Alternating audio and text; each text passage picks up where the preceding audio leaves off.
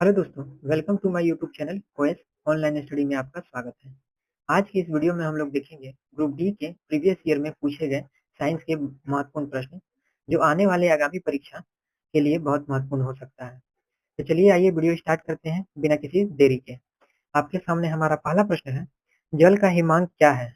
Option A 100 degree Celsius, option B 4 degree Celsius, option C 0 degree Celsius, option D 23 degree Celsius. इसका सही जवाब हो जाएगा option C 0 degree Celsius. देखिए, जब पानी का तापमान 0 डिग्री तक पहुंच जाता है तो वह बर्फ में बदल जाता है। इसे ही जल का हिमांक बिंदु कहते हैं। चलिए अगले प्रश्न की ओर बढ़ते हैं। अगला प्रश्न है, आर्द्रता मापने का यंत्र क्या है? Option A hydrometer, option B hygrometer, option C barometer, option D इनमें से कोई नहीं। इसका सही जवाब हो जाएगा ऑप्शन बी हाइग्रोमीटर। देखिए, हाइग्रोमीटर वायु में मौजूद नमी या जलवाष्प की मात्रा को मापने वाला एक यंत्र है। चलिए बढ़ते हैं अगले प्रश्न की ओर। अगला प्रश्न है, सूर्य में सतत ऊर्जा किसके कारण मुक्त होती है?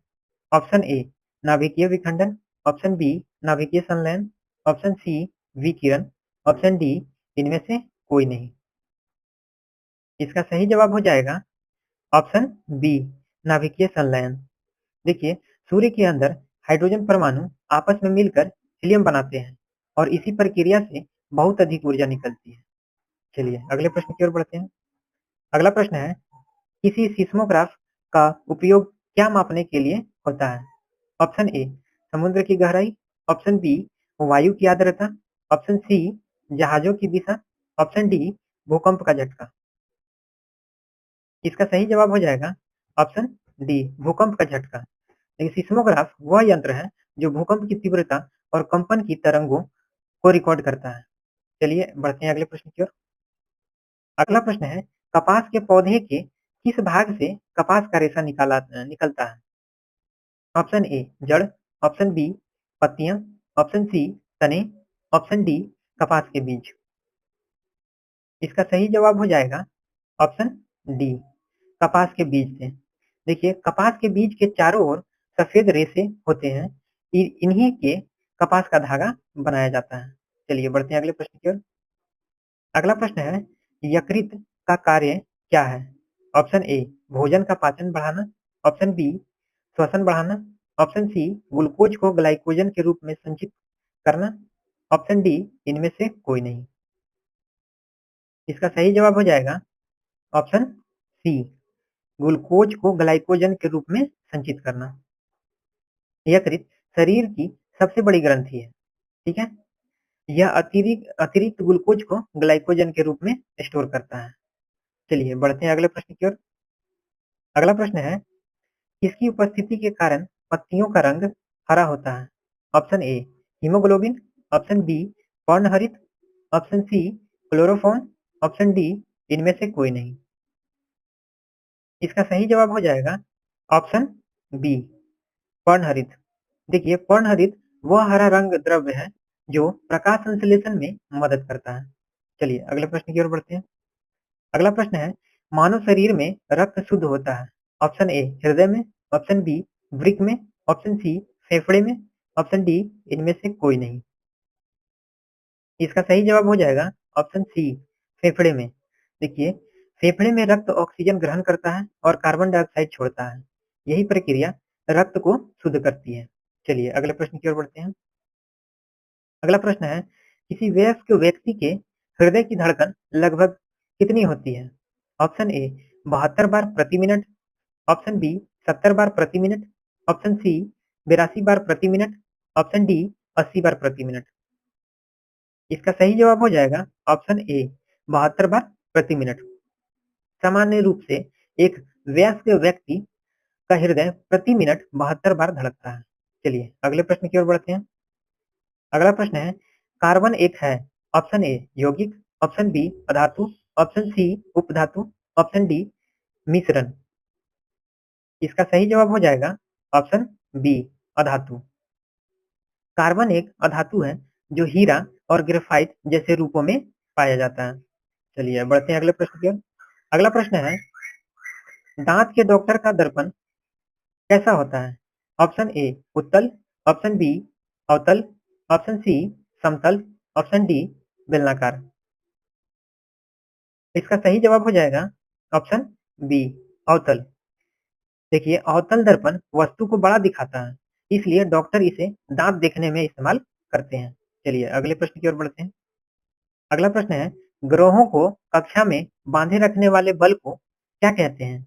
ऑप्शन ए स्थिर वैद्युत बल, ऑप्शन बी चुंबकीय बल, ऑप्शन सी गुरुत्वीय बल, ऑप्शन डी नाभिकीय बल। इसका सही जवाब हो जाएगा ऑप्शन सी गुरुत्वीय बल।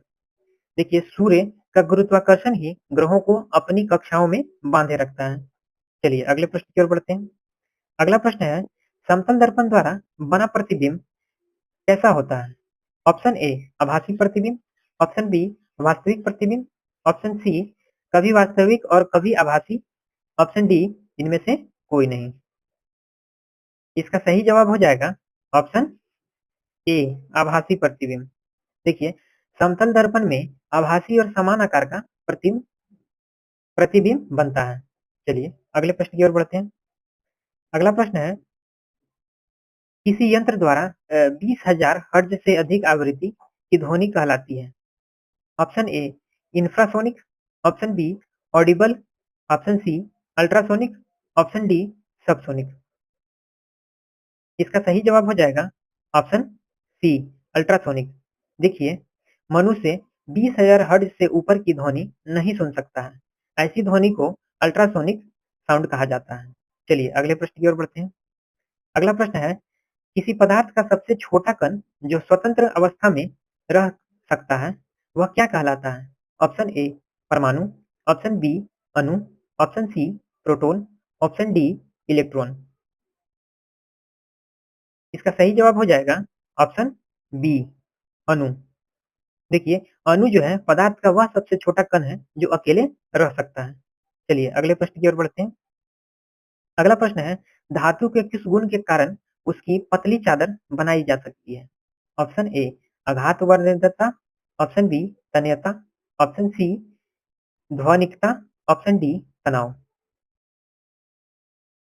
इसका सही जवाब हो जाएगा ऑप्शन ए आघात वर्णितता। चलिए इस गुण से धातु को पीट कर पतली चादर बनाई जा सकती है। चलिए अगले प्रश्न की ओर बढ़ते हैं। अगला प्रश्न है, दूध को इस्तेमाल करने से पहले हम इसे उबालते क्यों हैं? ऑप्शन ए सूक्ष्म जीवों को मारने के लिए, ऑप्शन बी सूक्ष्म जीवों को बढ़ाने के लिए, ऑप्शन सी सूक्ष्म जीवों को पैदा करने के लिए, ऑप्शन डी बी और सी दोनों।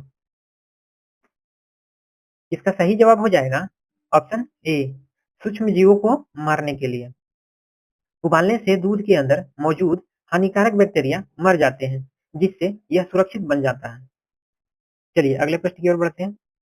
अगला प्रश्न है, निम्नलिखित में से किसे किसानों का मित्र कहा जाता है? ऑप्शन ए सुअर, ऑप्शन बी गाय, ऑप्शन सी कुत्ता, ऑप्शन डी केचुआ। इसका सही जवाब हो जाएगा ऑप्शन डी केचुआ। देखिए केचुआ मिट्टी को भुरभुरा बनाता है और उसकी उर्वरकता बढ़ाती है, इसलिए इसे किसान का मित्र कहा जाता है। चलिए अगले प्रश्न की ओर बढ़ते हैं।